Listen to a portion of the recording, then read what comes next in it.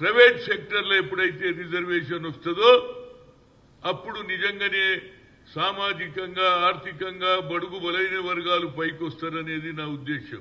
అబ్బా మంచి ఉద్దేశం సార్. ఇది మీకు వచ్చిన ఆలోచన లేకుంటే మీ పార్టీ వాళ్ళు చెప్పిన ముచ్చట? మొన్న జరిగినటువంటి ఏదైతే గుజరాత్లో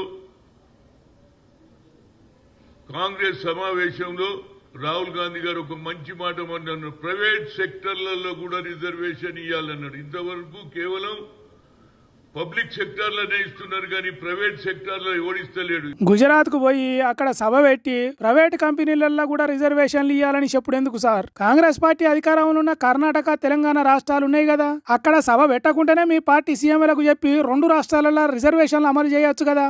దీన్ని కూడా అమలు చేయాలని రేవంత్ రెడ్డి గారిని కోరుతుంది. మీరు కోరితే రేవంత్ రెడ్డి చేస్తాడు అదాదా. అట్లా మీరు కోరే బదులు మీ పార్టీ పెద్ద గుజరాత్ లో సభ పెట్టి చెప్పిన రాహుల్ గాంధీ చెప్తే చేస్తాడు కదా. రిజర్వేషన్లు ప్రైవేటు కంపెనీలలో కూడా అమలు చేయాలంటే ఏం చేయాలి దాదా? జై బాబు, జై భీమ్, జై సంవిధాన్ అనే దాంట్లో కూడా మనం పార్టిసిపేట్ చేయాలి.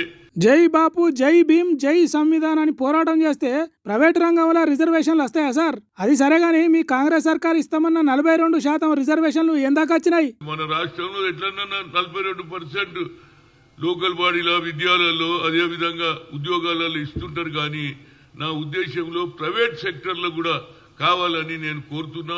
ఆ 42% వచ్చినాకనే ప్రైవేట్ రంగంలో రిజర్వేషన్ల గురించి మాట్లాడితే మంచిగుండు. ఇది కేపాల్ చెప్పినట్టు మొదటిదానికి మొగడు లేడు గాని కడదానికి కళ్యాణం అన్నట్టే ఉన్నది ముచ్చట అని అంటున్నారు కొందరు. ముందుగా అయితే 42% ఇస్తామన్న రిజర్వేషన్లు బీసీలకు వచ్చేటట్టు చేయిర్రి. పార్లమెంటులో బీసీ బిల్లు పెట్టేటట్టు చేయిర్రి. ఒక్కరోజు ఢిల్లీకి పోయి ఏదో పోరాటం చేస్తున్నట్టు చేసి చేతులు దులుపుకొని ఇప్పుడు ఇంకో కొత్త ముచ్చట ఎత్తుకుంటే ఎట్లా సారు అని అంటున్నారు మీ ముచ్చట ఇన్నోళ్ళు.